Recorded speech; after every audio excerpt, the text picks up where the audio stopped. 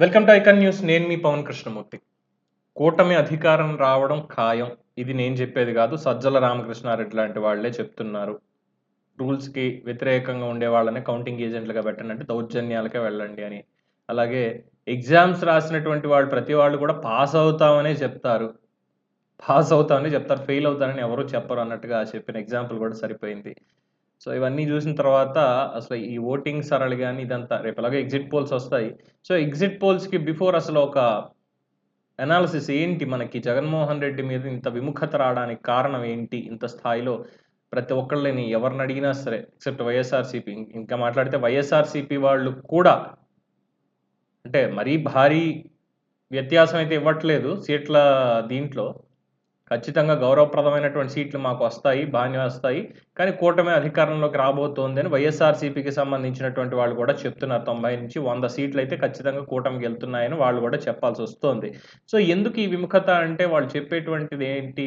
ఇన్నాళ్ళు సరే మేము సంక్షేమం కోసం బటన్ నొక్కడం ఇదంతా అయింది. కానీ లెక్కకి తేలనటువంటివి చాలా ఇంకా ఉన్నాయి. అలాగే రాష్ట్ర వ్యాప్తంగా ఉన్న ప్రజల్లో ఏ సెగ్మెంట్‌కి పూర్తి స్థాయిలో న్యాయం అనేది జరగలేదు అనేది స్పష్టంగా చెప్తున్నారు. సో, ముఖ్యంగా యువత, యువ ఓటర్లు. ఎందుకు విముఖత అంటే పరిశ్రమలు లేక, కొత్తవి రాక, ఉపాధి అవకాశాలు లేక, భయంతోటి మళ్ళీ జగన్మోహన్ రెడ్డి గనక వస్తే ఈ 5 ఏళ్లలో ఏమైందో చూసాము. వచ్చే 5 ఏళ్ళు గూడా ఇంక సర్వనాశనమే అని జెప్పి యువ ఓటర్లందరూ కూడా దూరమయ్యారు. అలాగే తమని రాచిరంపాన పెట్టారన్న కక్షతోటి ఉద్యోగులు, ఉపాధ్యాయులు, అంగన్వాడీ వర్కర్లు. ఆల్రెడీ విజయవాడ ర్యాలీ గుర్తుండే ఉంటుంది. అలాగే ఉపాధ్యాయులకి ఏ హామీలిచ్చారు, ఏం జేశారనేది అందరికీ తెలిసినటువంటిదే. ఇక వ్యాపారులు. ఏ వ్యాపారమైనా తీసుకోండి. మీరు ఏ వ్యాపారమైనా తీసుకోండి. చిరాకుతోటి వ్యాపారాలు పోయాయి. అంటే ముఖ్యంగా ప్రతి వారం గూడా ఈయన ఏదో చోటకి సభ పెట్టడం, ఏదో పర్యటనకి వెళ్తూ ఉండడం. వెళ్ళిన ప్రతిసారి బ్యారికేడ్‌లు కట్టడం, పరదాలు కట్టడం, ఉన్న షాపులు, స్కూల్‌లు మూయించేయడం ఈ రకంగా. అలాగే అరాచక పోకడలు. శాంతి భద్రతలు లేవు. ఒక సర్వైలెన్స్ అనేది లేదు. విచ్చలవిడిగా గంజాయి బ్యాచ్‌లు గాని, లేదంటే ఈ వసూళ్ల దందా బ్యాచ్ గాని వైసీపీ నుంచి ఎక్కువ మీద పడ్డారు. దాంతోటి వ్యాపారులు గూడా చిరాకుతోటే ఉన్నారు. అలాగే ల్యాండ్ టైటిలింగ్ చట్టం తమ భూములకి ఎసర పెడుతుందేమో అన్న బాధతోటి రైతులు. దీని మీద నేను స్పెసిఫిక్‌గా ఏం చెప్పక్కర్లేదు. ఆల్రెడీ అందరికీ తెలిసినటువంటి విషయమే ల్యాండ్ టైటిలింగ్ యాక్ట్ ఏంటి అనేది. అలాగే మట్టి, ఇసుక, గ్రావెలు, గనులు, తెల్లరాయి భూముల దోపిడీతో అరాచకత్వం దుస్సాహంగా మారింది అన్న ఆవేదనతో గ్రామీణ ప్రజలు. అక్కడ కొండలు, గుట్టలు, అడవులు ఏదుంటే అది తవ్వేసి ఇష్టారీతిన. అలాగే ఇల్లు కట్టుకుందామంటే ఇసుక లేకుండా జేసి, మట్టి తవ్వుకుపోయి పొలాల్లో, చెరువుల్లో మట్టి తవ్వుకుపోయి అన్ని రకాలుగా సో, గ్రామస్తుల్ని ఇబ్బంది పెట్టారు. ఎమ్మెల్యే తాను తినడం తప్ప తమకి తినిపించడం లేదనే అక్కసుతో వైకాపా కార్యకర్తలు. ఇందాక చెప్పానుగా వాళ్ళే చెప్తున్నారని. ఎమ్మెల్యేలందరూ బాగా తిన్నారు. కానీ కార్యకర్తలకి తినిపించలేదు. అదొకటి. తెలుగుదేశం చెప్పినటువంటి ఆర్టీసీ ఉచిత ప్రయాణం, నెలకు రూ. 1,500 వేతనం, గ్యాస్ సిలిండర్ల ఆశతోటి మహిళలు ఇటొచ్చారు కూటమి వైపు. అలాగే ఉచితాల పంపకం తప్ప ప్రభుత్వం మరొక పని చెయ్యడం లేదనే అసంతృప్తితో మధ్యతరగతి కుటుంబాలు. ఇంకేం పని చేయలా. రోడ్లు గూడా ఎయలా కనీసం మంచినీళ్ళు గూడా ఇవ్వలా.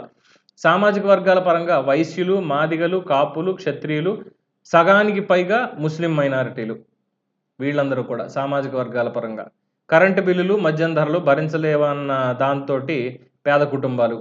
వైఎస్ వివేకానంద రెడ్డి హత్య, అవినాష్ రెడ్డి అరెస్ట్ కాకుండా రక్షించడానికి చూపిన ఉత్సాహం, వైఎస్ షర్మిల తిరుగుబాటు ఇవి కూడా ప్రజల్లో ఒక రకమైనటువంటి మార్పుకి కారణమయ్యాయి. అలాగే గత ఎన్నికల్లో మొత్తం వ ఈ ప్రజ ఈ వ మొత్తం వర్గాలన్నీ కూడా 151 సీట్లు 50% ఓటింగ్ వేసి మరీ ఇచ్చారు అంటే, ఒక్క ఛాన్స్ అన్న అభ్యర్థన, ఒక్క ఛాన్స్ ఇవ్వండి అంటే, ఎందుకు ఒక్క ఛాన్స్ ఇవ్వాలి? జగన్మోహన్ రెడ్డి ఒక వ్యాపారవేత్త.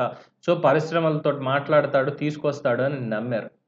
అలాగే ఎడ్యుకేషన్‌కి సంబంధించి మంచి ఒక విజన్ ఉన్నటువంటి నాయకుడు అని నమ్మించారు. ఆయనకి ఏ విజన్ లేదనేది తర్వాత తెలిసింది. ఇక వైద్యానికి సంబంధించి చెప్పనే అక్కర్లేదు. సో, ఆయన ఏదోకటి చేస్తాడు. చంద్రబాబు పరిపాలన చూసిన తర్వాత ఇప్పుడు జగన్మోహన్ రెడ్డి ఆల్రెడీ రాజశేఖర్ రెడ్డి గురించి చెప్తూ వచ్చాడు. అలాగే ఆయన మాట మీద నిలబడేటువంటి రకంగా ఉన్నాడు అని నమ్మి అంటే వాళ్ళు నమ్మించారనుకోండి అది వేరే విషయం. అని నమ్మి మొత్తానికి అటు వెళ్లారు.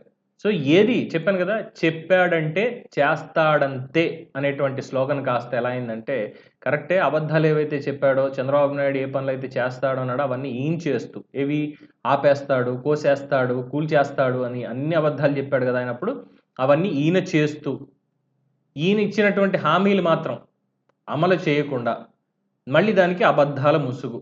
99% మేము హామీలన్నీ కూడా అమలు చేసేసాము. ఇంకా ఇవ్వనివి, చెప్పనివి కూడా చేశాము అని.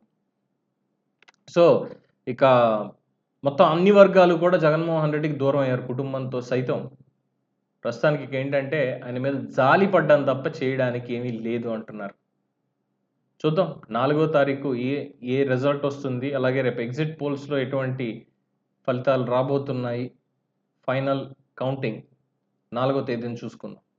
దీని మీద మీ అభిప్రాయం ఏంటనేది కామెంట్స్ రూపంలో తెలియజేయండి. చూస్తూనే ఉండండి ఐకాన్ న్యూస్. నేను మీ పవన్ కృష్ణమూర్తి.